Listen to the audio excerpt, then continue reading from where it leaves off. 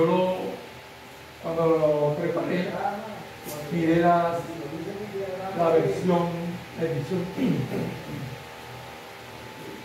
En el tema que acabamos de resolver, también la química. Pero es de la sexta. Y como dije, este problema trata que practiquemos la ecuación de Bernoulli. Es un problema clásico. Es el problema del sifón. Un reservorio que contiene un líquido. Bien puede ser agua.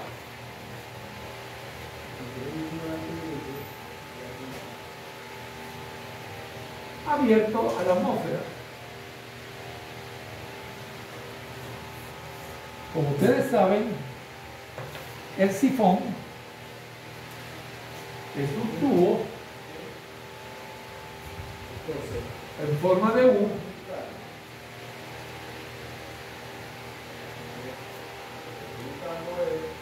uno de cuyos extremos se sumerge en el líquido.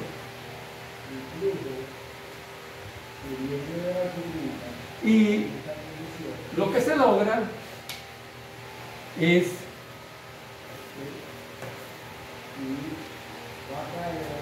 succionar líquido que está en el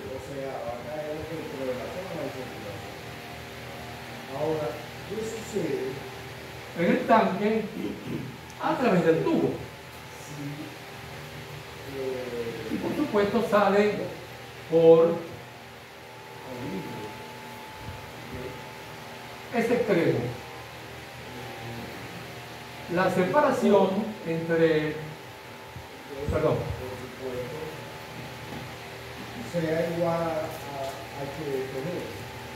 entre la salida y la superficie libre, vamos a llamarla H. Y esa condición no es 100. ¿Por qué?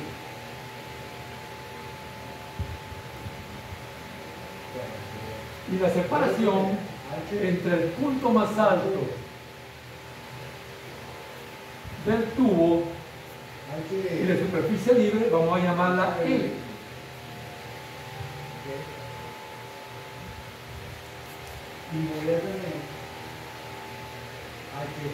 El problema pide que utilicemos Bernoulli sin P. Lo que voy a hacer es que yo voy a escribir la solución con pérdida. Y para responder a lo que el problema pide, simplemente hago las pérdidas igual a cero. Pero resulta que eso no es verdad. ¿Por qué?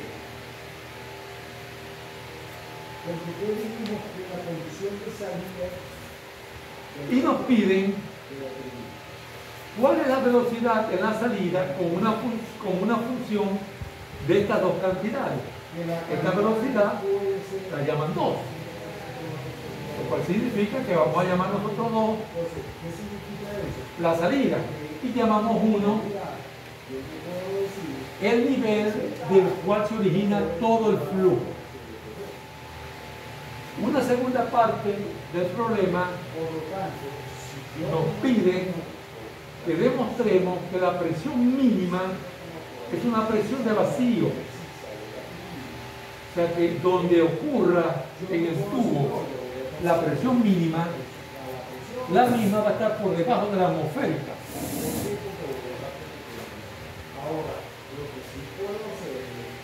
Y que eso es una función de L más H.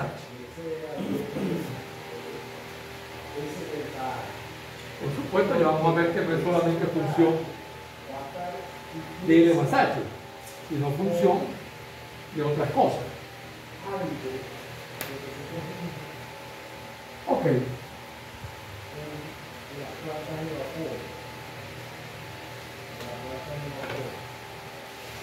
Bueno, aquí es bueno que recordemos la diferencia entre Bernoulli sin pérdida Bernoulli original y Bernoulli extendido. Bernoulli original se obtiene de la segunda ley de Newton para flujos nómicos, por eso es simple. Pero Bernoulli extendida, que tiene pérdidas, se obtiene de la primera ley. ¿Por qué se llaman las dos Bernoulli? Porque yo tomo Bernoulli extendida y elimino las pérdidas y me da la misma ecuación de Bernoulli original. La mismita limita. No es verdad. Luz, idéntica. Pero se aplica a situaciones, a estaciones distintas. Por ejemplo, cuando yo aplico allí Bernoulli sin pérdida, es una línea de corriente que se origina en la superficie libre. Va por el interior del tubo y sale. Un hilito. ¿Verdad? Porque realmente ese nivel está bajando. Quiere decir que ahí comienza la línea de corriente. Y cuando yo aplico Bernoulli extendida, lo que estoy diciendo es, del área 1, que es el espejo del tanque, el fluido baja, entra al tubo y sale por el área 2. Eso no son ningunos hilitos, es una corriente que donde comienza tiene el área del espejo del tanque y donde termina tiene el área del tubo. ¿Okay? Entonces esa es una diferencia que es sutil, pero que a veces tiene significado. Bueno, vamos a comenzar reiterando lo que dije sobre el balance de masa. Yo quiero hacer allí el balance de masa antes de poder responder. Perdón. Bernoulli se acostumbra a aplicar entre 2 puntos o 2 áreas. Entonces aquí uno no tiene realmente necesidad imperiosa de señalar cuál es el volumen de control, sino identificar dónde se origina el flujo y dónde termina. Entonces cuando yo pongo allí 1 y 2 es equivalente a que yo dijera cuál es el volumen de control. El fluido de trabajo es un líquido. De hecho, el enunciado no dice siquiera qué líquido es. Es un líquido, ¿y cómo sé yo que es un líquido? Bueno, porque le puse superficie libre. Un gas no tiene superficie libre.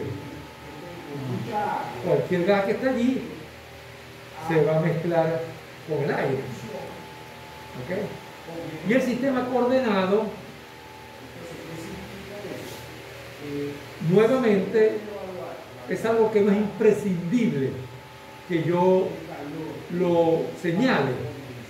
Sin embargo, dado que en Bernoulli original o extendida aparece la elevación, yo sí debo señalar en qué sentido crece la altura.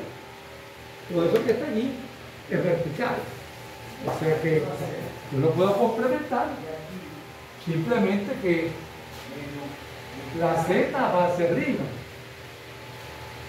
Y por supuesto, la gravedad entonces va hacia abajo. El vector gravedad va hacia abajo.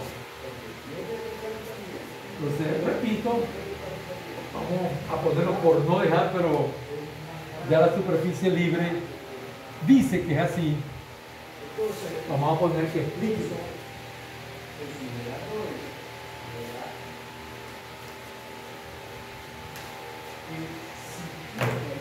Ok, entonces ahora sí, balance de masa. Eso se supone que es flujo permanente, a menos que me digan lo contrario. Pero un momentito, ¿cómo que se me diga lo contrario? ¿Cómo hacer ese flujo permanente si el tanque se está vaciando? Ya nosotros discutimos esto. Pero porque un problema que hicimos fue justamente calcular cómo variaba la profundidad de agua en el tanque, en un tanque. Entonces allí razonamos que si el área del espejo, es decir, A1, es mucho mayor que A2, la velocidad con la cual baja A1 debe ser muy pequeña. De tal manera que nosotros miramos eso y vemos salir el agua y vemos que el punto 1 parece que siempre está en el mismo lugar. Claro, eso si yo lo miro por un tiempo razonable, porque si lo miro 2 días, en 2 días a lo mejor bajó bastante. A menos que sea un reservorio natural. Porque imaginemos que nosotros venimos y sacamos agua del lago Maracaibo con una bomba para nosotros muy potente. ¿Vamos realmente nosotros con esa bomba a hacer que el nivel del lago Maracaibo baje? Por supuesto que no. ¿Entienden? Entonces, mientras mayor sea el espejo de agua con respecto a las áreas de salida, más lento va a bajar el espejo de agua. Entonces se puede suponer que es incongruencia. Entonces aquí, un flujo permanente, lo que significa que el flujo de masa que por allí sale es aproximadamente constante. Cuando la densidad es constante, porque es un líquido, entonces el caudal es aproximadamente constante. Y si el área del tubo es constante, es un área, entonces la velocidad en el tubo es constante. Esa es la velocidad V2 que me está pidiendo inicialmente. Pero fíjense, la velocidad V2 vale lo mismo a lo largo del tubo. Aquí hay un detalle que yo he notado que a veces estudiantes ya en semestre más avanzado no lo entienden. El punto 1 que estoy señalando allí es el espejo de agua que está expuesto a la atmósfera. No es un punto dentro del tubo. Porque dentro del tubo, a nivel del espejo de agua, es decir, en un punto como este, hay una velocidad. Es más, la velocidad es hacia arriba. Y vale, según esa línea de razonamiento, lo mismo que la velocidad en la boca de salida. Por cierto, el problema también dice cuánto vale, o le da un nombre a esto. Dice que esto es H. Pero eso no se usa para nada. ¿Por qué lo ponen? No sé. Pero bueno que sepan que ocasionalmente los problemas traen datos que no se usan. O sea, que esa distancia es igual a la de abajo, ¿verdad, profesor? ¿Cómo? Esa distancia es igual a la... No. No, son dos H distintos. Esta minúscula y aquella mayúscula. Yo me imagino que eso ocurre a veces porque toman la figura, la editorial, la toma de otros libros, donde a lo mejor la H sí jugaba un papel. Ok. O hay un problema en el que te midan en cuánto tiempo va a dejar el sifón de succionar agua porque va a... Sí. Por eso, tiene que haber sido para otro tipo de problemas, pero van a ver que H minúscula no juega ningún papel. Ok. Otra cosa. Bueno, adelante. Es una preguntita. Sí. Un problema que la nota no nos sabe cargar todo nosotros. ¿Qué se sabe? La nota no nos sabe cargar todo.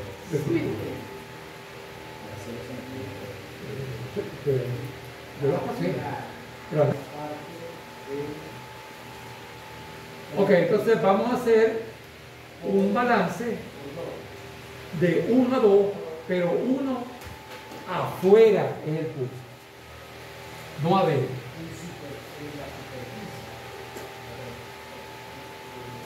Si fuera de Bernoulli sin pérdida, es como si yo dijera que hay líneas de corriente que hacen esto. Por conducción, que se debe tener. Convección, conducción, convección. Entonces, esta es una línea de corriente. Recuerden, esa es una de esas cosas que solo existe en nuestra mente.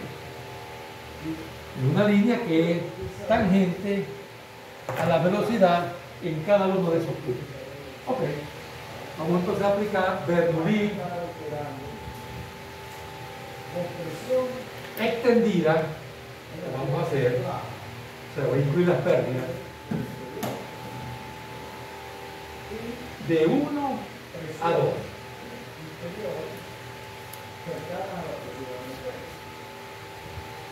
Usando la nomenclatura tradicional.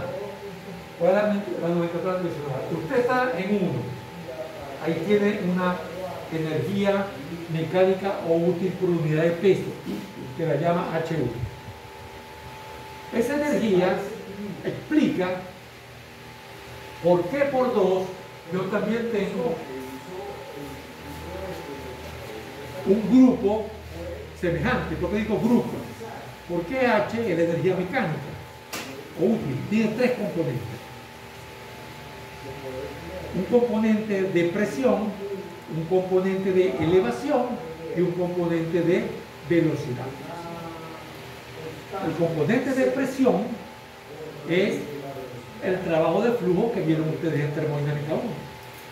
El componente de elevación es la energía cinética por unidad de peso. Perdón, la energía potencial de velocidad por unidad de peso, quise decir. Y el componente de velocidad es la energía cinética por unidad de peso. ¿Okay?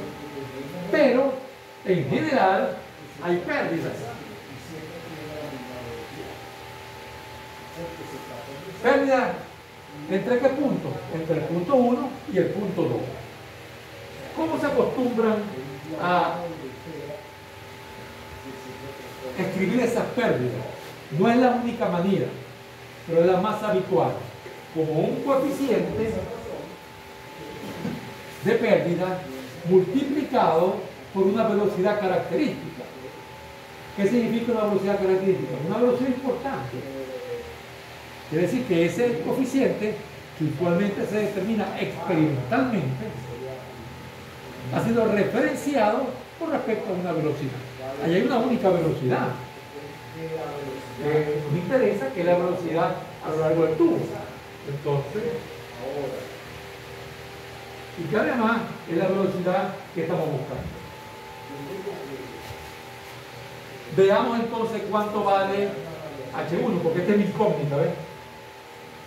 En esta parte A. H1, como acabo de decir, tiene 3 componentes.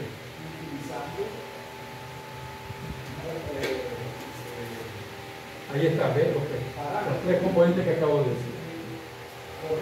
Y H2, análogamente.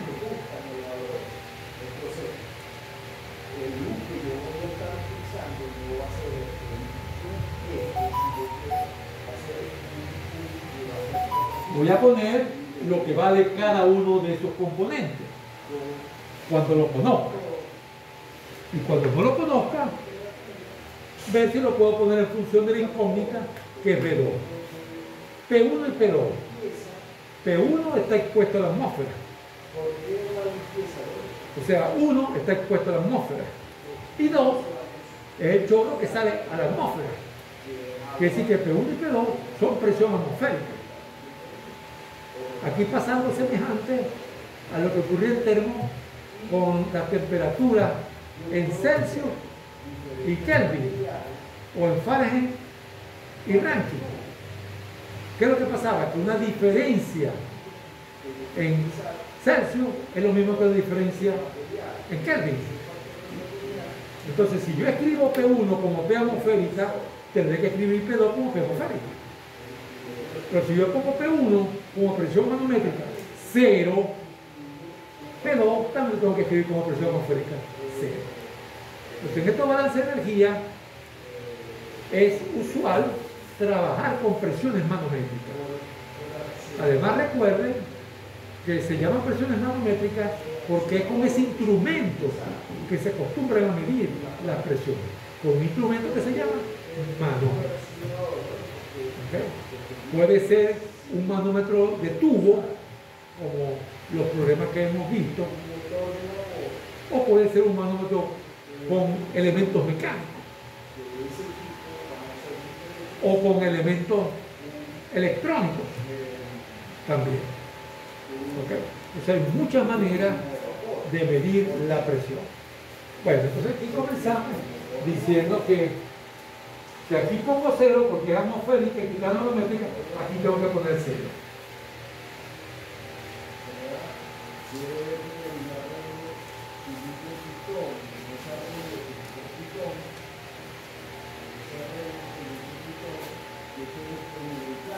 Z. Z es la elevación. ¿Desde dónde? No importa. ¿Cómo que no importa? Claro, porque va a quedar Z1 menos Z2. La diferencia entre el tope de un edificio y el fondo del edificio no va a cambiar por desde dónde miran la altura. La altura del edificio sigue siendo la misma. Entonces, por ejemplo, si yo digo allí que Z2 vale 0, entonces Z1 vale H mayúscula. ¿No es cierto? Si yo digo que Z2 vale 0, estoy colocando mi datum o nivel de referencia por donde sale el chorro. La velocidad V1, al escribir esto, estamos diciendo que la velocidad V1 es 0, aproximadamente. Esa es la de ¿Perdón? Estaba escribiendo en la... Perdón, sí. En cambio, la velocidad V2 es la incógnita. Yo la pongo.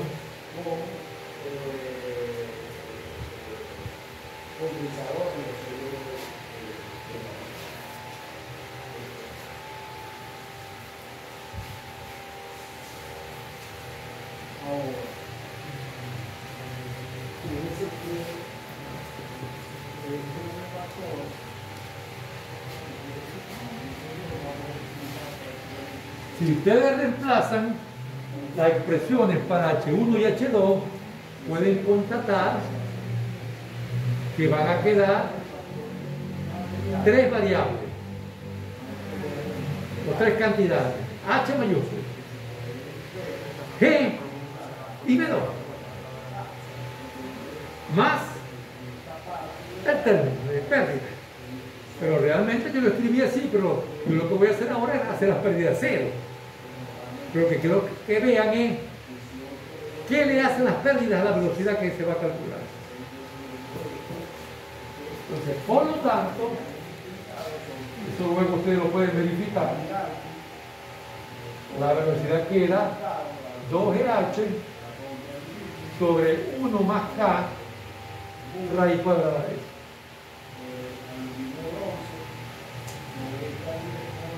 Okay. Sin pérdidas,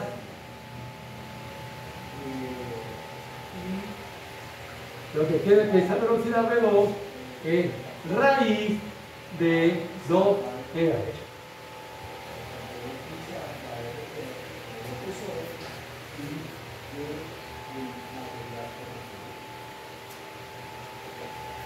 Ok, vamos a ver qué le hacen las pérdidas a lo que nosotros nos acaban de pedir que calculemos. Razonemos primero cualitativamente. Las pérdidas son producto de ¿qué? De los esfuerzos cortantes viscosos. ¿Qué es la viscosidad si yo voy a un diccionario normal y corriente?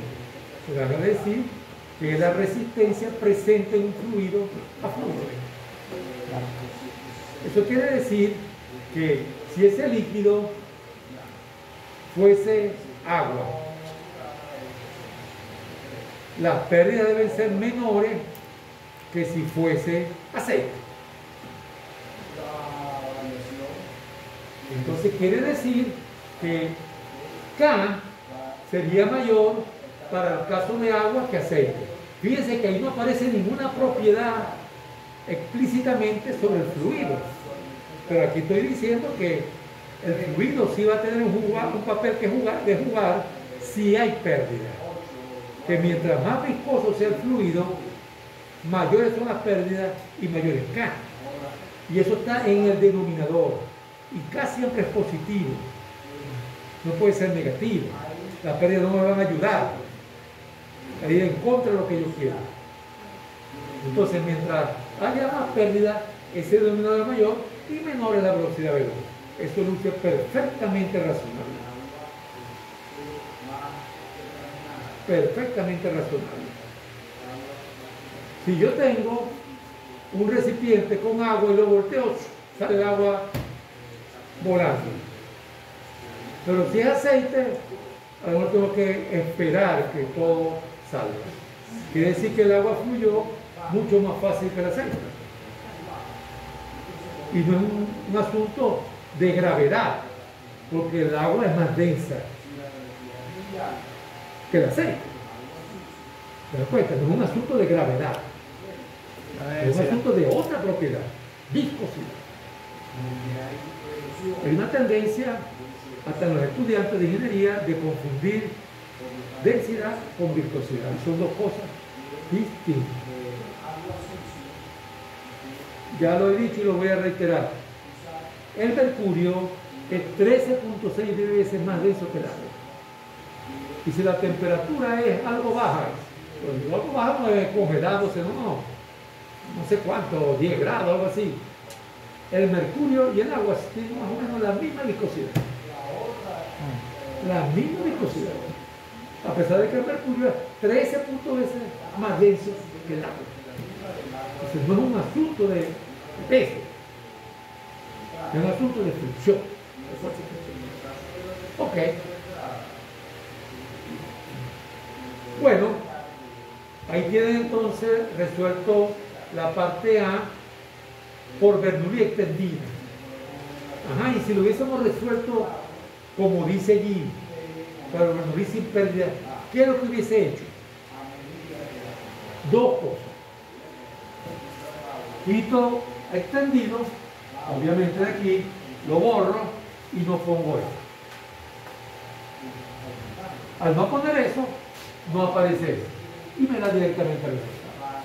¿Se dan cuenta? Pero allí, si hay algo que hay que tomar en cuenta, cada línea de corriente tiene su constante de Bernoulli. ¿Qué es la constante de Bernoulli? La suma de los tres términos. Es decir, cada línea de corriente tiene su energía mecánica o útil. Perfecto. ¿A cuál línea de corriente se refiere este resultado? A todas. ¿Y cómo lo sabes? No importa dónde esté el punto 1 sobre el espejo de agua. No importa dónde esté el punto 1 sobre el espejo de agua. Aquí, aquí, acá, acá. Donde no está, es aquí porque este no es el espejo de agua. De tubo. La presión siempre será más fuerte. ¿Cierto? Z1 siempre será H, porque el espejo de agua es horizontal. Y todo el espejo de agua se mueve al unísono. Entonces, si yo desprecié la velocidad de 1, será para cualquier punto 1. Quiere decir que la constante de Bernoulli es la misma para todas las líneas de corriente. Profe, ese icono es peso específico, ¿verdad? ¿Cuál? Gagman, sí. Esa variable, sí. Ese G rojo. Ok. Vamos a hacer la parte B, pero aplicando Bernoulli de una vez, sin extendido. Porque el problema dice así, que se aplique Bernoulli. Ajá.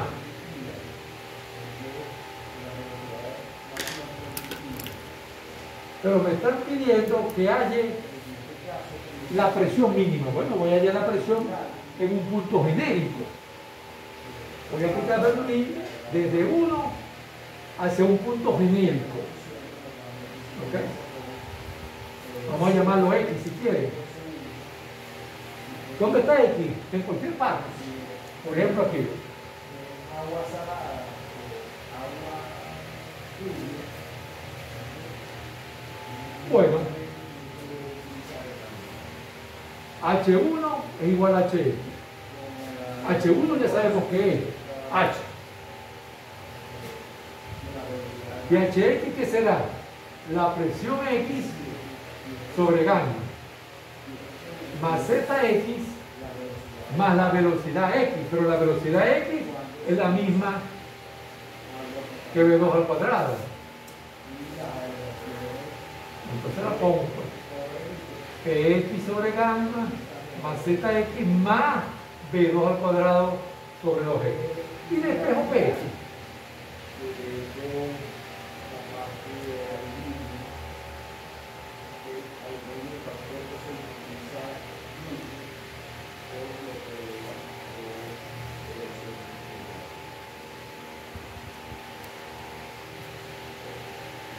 Ahora, para el diseño completo,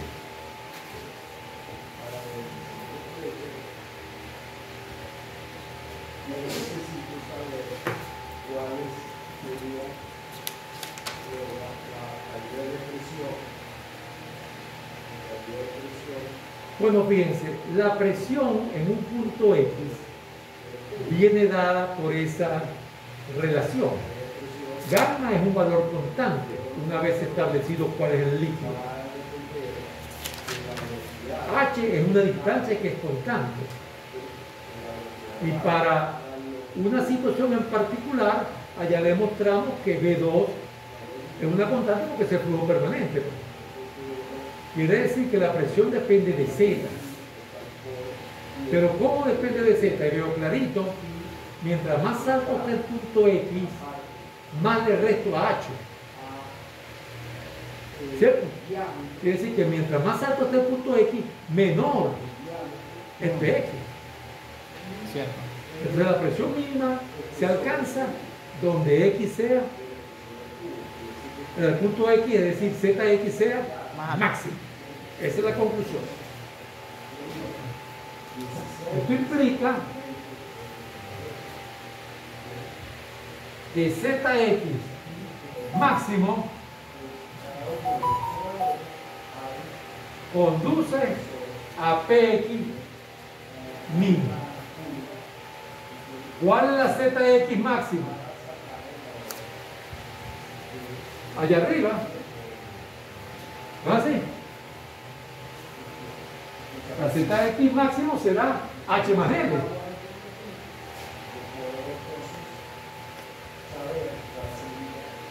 ¿No es cierto?